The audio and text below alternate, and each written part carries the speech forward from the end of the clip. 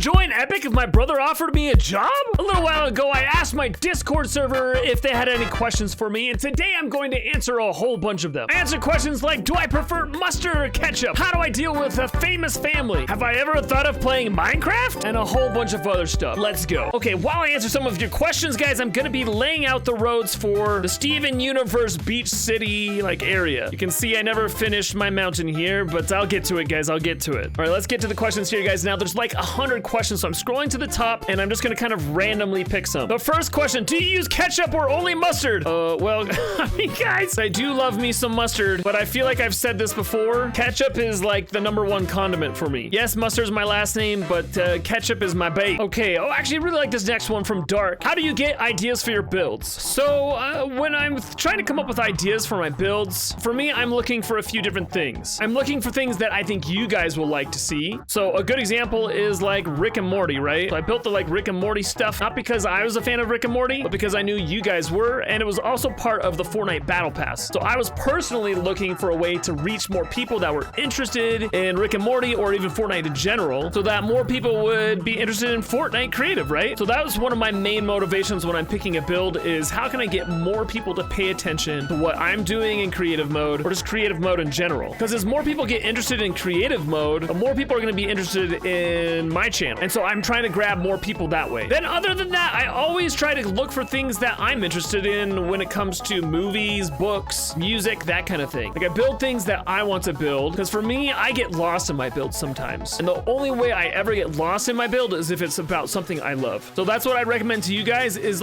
pick things you love and you'll be surprised at how much more effort you're willing to put into your builds when it's something you care about. Okay, how do I deal with such a famous family? I mean, I don't know if we're that famous. Donald's really famous, and I have a small YouTube channel that you guys watch, so I guess I'm a little bit famous in that sense, but I don't really consider myself famous. Honestly, guys, it's no different than your own families. Like, our family dinners and stuff aren't any different than they would be if Donald weren't the director of Fortnite at all. Like, I don't look at Donald as the director of Fortnite. I look at Donald as my brother. And sometimes we talk about Fortnite. Mostly, it's just Donald is Donald, and Chad is Chad, and everyone else is everyone else. All right, what is my favorite prefab and device? So I made a whole video once about my favorite prefabs, but I love the old haunted galleries and stuff like that. So all of those haunted stuff is really great. I'm a big fan of castles and that old rundown look. So I'd have to say those are my favorite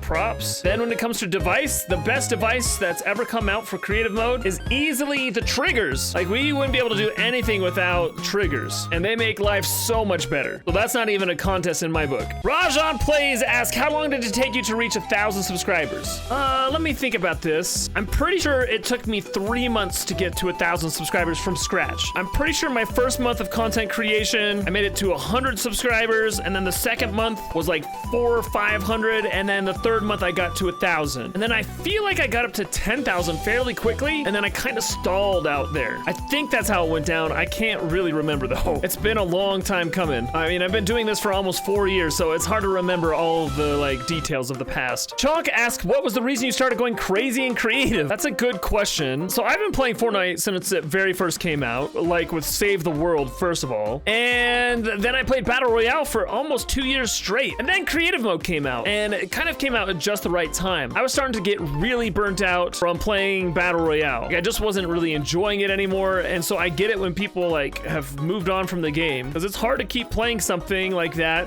with no changing. And so I was personally burnt out on the game mode and was ready for a change. But I didn't want to stop playing Fortnite, and so creative mode was just perfect for me because it had everything I wanted. It could really challenge my own creativity and help me to just kind of get out of the funk of Battle Royale. That's one of the things I love so much about creative mode is there's really no limits to what I can do. The fact that I can sit here and talk to you guys and build Beach City out is so cool to me. Or I can make a game mode that millions of people will play. How cool is that? And also I saw in the Battle Royale scene, there was a lot of competition. There was a lot of people that were playing Battle Royale, and you either had to be really good or really funny, and I was neither one of those things. At least at that point, I don't know, I hadn't really figured out my style yet for YouTube. But creative mode allowed me to kind of grow into that. But creative mode allowed me to get noticed a little bit more because there were people definitely definitely interested in creative mode, but not a lot of people were making content around it. And to be fair, my channel went through a lot of different like stages. I wasn't really into building at first in creative mode. It was mostly playing maps, doing like how to beat this escape map or whatever. Like I'd get up every morning and see what map was featured and then do like a how-to video on it. And that got old too because I just kind of hated waiting every morning to see what Epic would feature and if it was something people would care about. I felt a little bit out of control when it came to my content, just waiting to see what Epic would do. So I changed more into building because that was something I could control. I'm not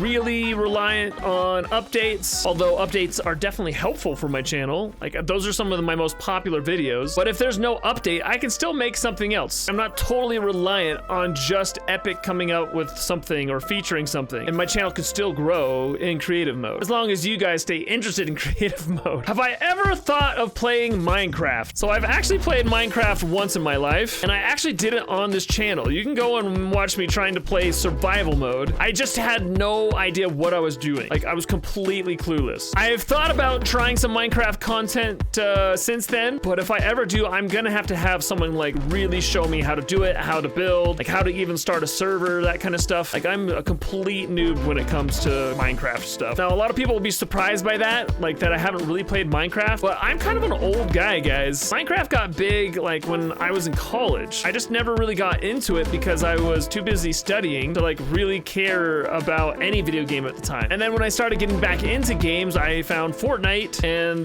those kind of things, and so I just never really got into Minecraft. Now, I have thought it'd be cool to check out Minecraft and Roblox because they're very similar to creative mode. So I don't know, guys, would you want to see me play Minecraft? Like do a build challenge in Minecraft or something? That could be fun. I'd be willing to try it out, but I would definitely need a pro to like guide me. PG Plays asks, will I ever use music blocks, like try to make an actual song?